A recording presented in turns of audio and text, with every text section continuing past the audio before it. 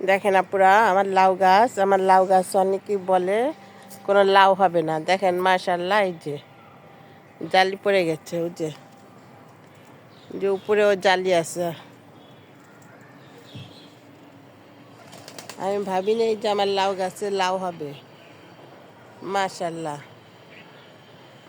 দেখেন ওই যে জালি পড়ছে,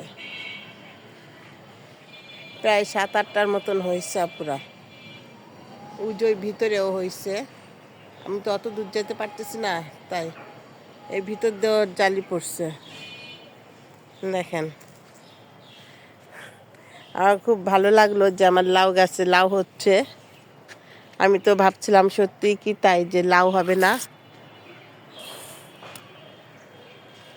মাশাআল্লাহ, কত বড় ডোগা হয়ে গেছে। এখন লাউ হচ্ছে মাশাআল্লাহ। দেখি, শাক আমার অনেক পছন্দ, লাউ শাক। ফল না হলেও শাক তো খেতে পারবো, আবার কি।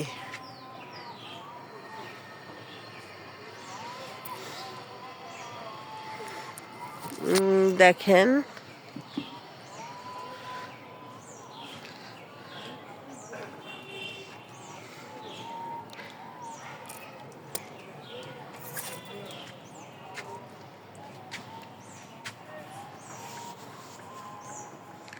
মাশাআল্লাহ, আমার লাউ গাছ।